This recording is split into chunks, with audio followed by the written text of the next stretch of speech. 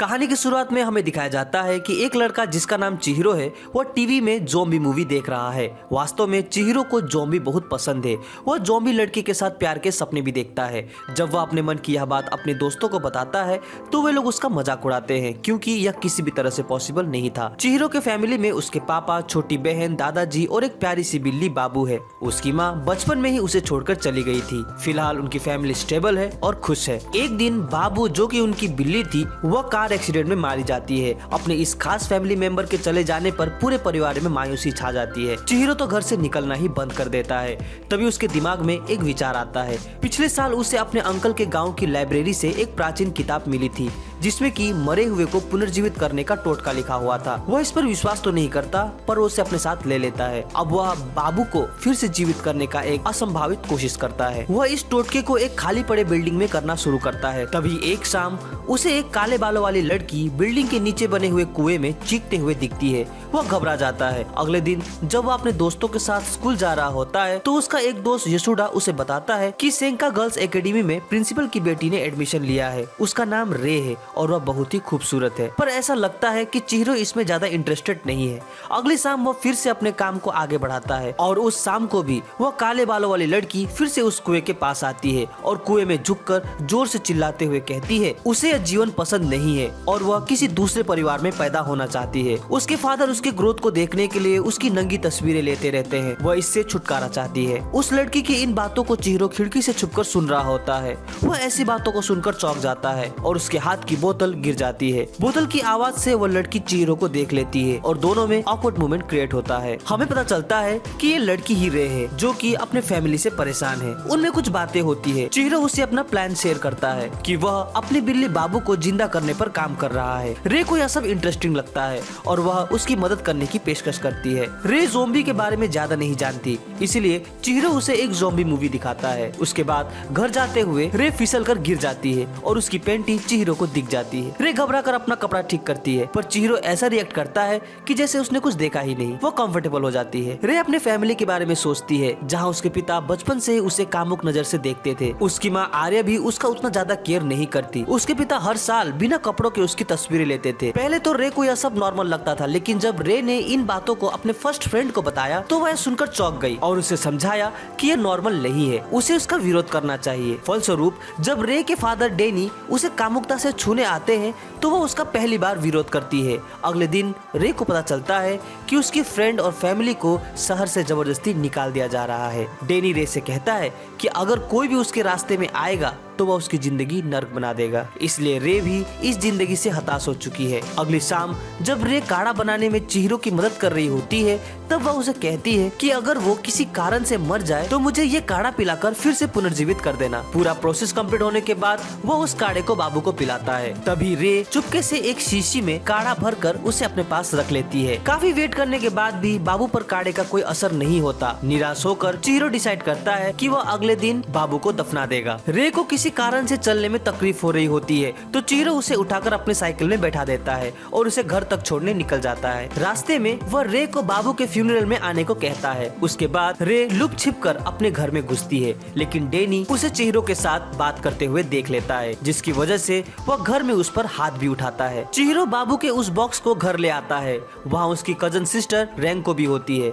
अचानक से वह बॉक्स खुलता है और बाबू वहाँ से उछलते हुए निकलकर खिड़की से बाहर चला जाता है। उधर रे डिसाइड करती है कि वो उस काढ़े को पीकर अपनी जान दे देगी, क्योंकि भले ही वह काढ़ा बाबू को फिर से जिंदा नहीं कर सका, लेकिन उसमें बहुत सारे ऐसे जहरीले रसायन हैं जो कि उसे आसानी से मार डालेंगी। यह सोचकर वह उसे पी लेती है पर उसे कुछ नहीं होता। अगली सुबह डेनी कल रात की हरकत पर रे से माफी मांगता है, साथ ही उसका स्कूल जाना भी बंद करवा देता है। रे कमरे से बाहर निकलकर चुपके से उनकी बातों को सुनने लगती है, जहाँ डेनी अपने नौकर से कह रहा होता है कि वो चिहिरो को नामर्द बना दे। उधर मेरो और रेंको चिहिरो की अजीबोगरीब कोशिशों को देख रहे थे, जो कि वह ज़ॉम्बी बाबू को पेड़ से नीचे उतारने के लिए कर रहा था, लेकिन बाबू उनकी ओर ओर न आकर दूसरी ओर चला जाता है। वह एक टनल में घुस जाता है। चिहिरो भी उसे फॉलो करते हुए उसके अंदर घुस जाता है। रेंको भी चिहिरो के पीछे पीछे टनल में घुस जाती है, लेकिन वह आगे जा नहीं पाती। अपने बड़े पिछवाड़े की वजह से वो वहीं पर फंस जाती है। उधर रे चिहिरो के स्कूल चली जाती है, जहाँ वो चिहिरो के दोस्त युशुटा से कहती है कि उसकी जान खतरे में है। चिहिरो स्कूल नहीं गया क्योंकि वह तो बाबू के पीछे है। बाबू हाइड्रेंगिया नामक पौधे के नेचुरल गार्डन में पहुंच जाता है और उसके पत्ते को खाने लगता है। ये वही पौधे थे जिसके फूल से चिहिरो ने वह जादुई सीरम तैयार किया था। रे चिहिरो को ढूंढते हुए उसी घर की तरफ जा रही होती है कि तभी डैनी भी उसका पीछा करते हुए वहाँ पहुँच जाता है। वो उसे अपना प्यार दिखाना चाहता है और फंसाना चाहता है, लेकिन रे उस पर विश्वास नहीं करती। तभी बाबू उन दोनों के बीच आ जाता है। डैनी को शायद बिल्लियाँ पसंद नहीं है, इसलिए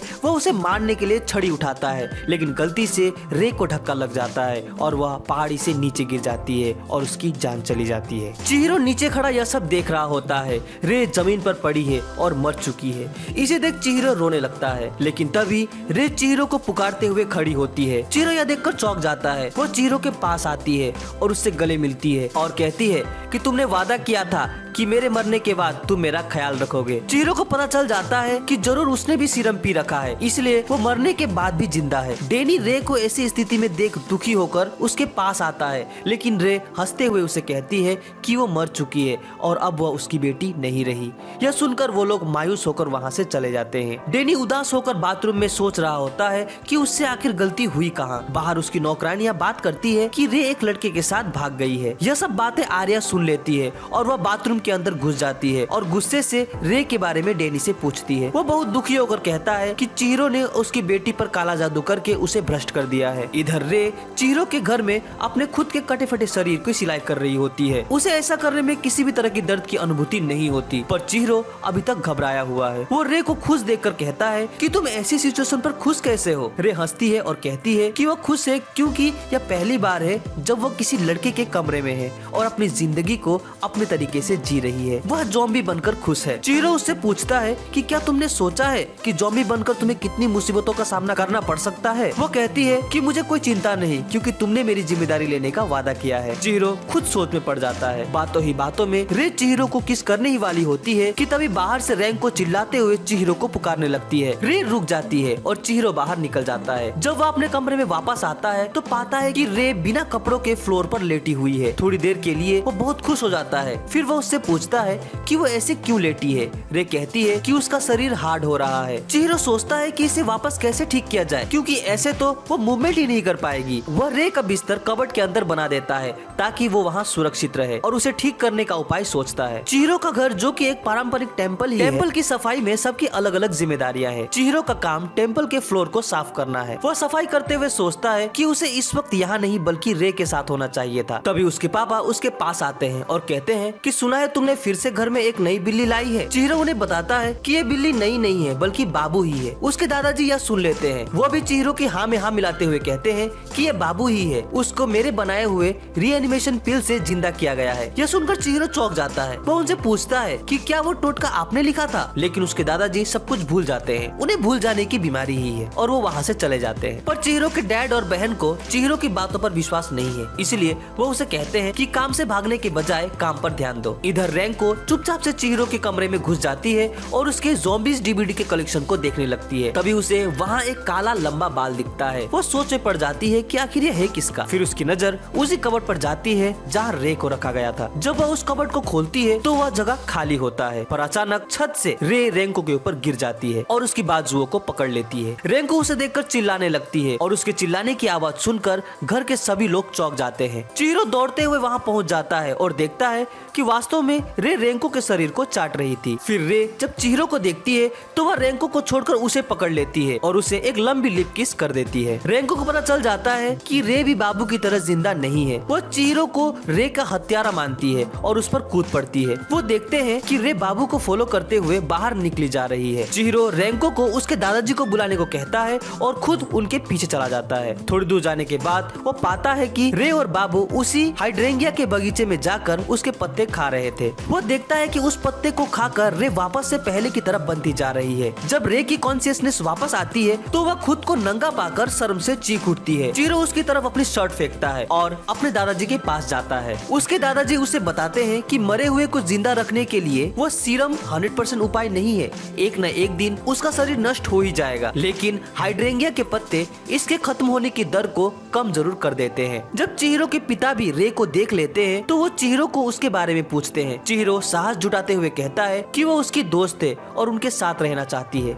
उसके पिता रे को उसके साथ रहने की अनुमति दे देते हैं और कहते हैं कि यह जानकर अच्छा लगा कि तुम ज़ॉम्बी के अलावा दूसरी चीजों में भी इंटरेस्ट रखते हो। बेचारे बाबूजी को यह पता ही नहीं कि रे भी एक ज़ॉम्बी ही है। चिहिरो रे की पूरी तरह निगरानी रखने लगता है और उसके हर एक्टिविटी को रिकॉर्ड करने लगता है ताकि उसके बॉडी का छोटा सा भी विघटन उसे पता चले। वह रे को अपनी अधिक से अधिक बॉडी दिखाने को कहता है। रे शर्मा जाती है पर चिहिरो उसे बताता है कि यह केवल रिसर्च पर्पस के लिए है। वे दोनों बाहर भी जाते हैं। लोगों के बीच रे के चलने का ढंग और लोगों का उनको देखने का नजरिया, सभी चीजों का वह नोटिस करने लगता है ताकि वो अधिक से अधिक सुधार लाकर लोगों के सामने नॉर्मल कपल बन सके। रे कहती है कि ज़ॉम्बी बनने के बाद उसने जिंदगी के सुखों को जाना है और वह इसे अब खोना नहीं चाहती। चिहिरो उसे विश्वास दिलाता है कि वो हमेशा उसका ख्याल रखेगा। अगर आपको इस वीडियो का पार्ट 2 चाहिए तो आप कमेंट सेक्शन में जरूर बताएं। वीडियो अच्छी लगी हो तो इसे लाइक और कमेंट जरूर करें। हमसे जुड़ने के लिए चैनल को सब्सक्राइब करें। तो मिलते हैं अपने अगले वीडियो में। Sign out.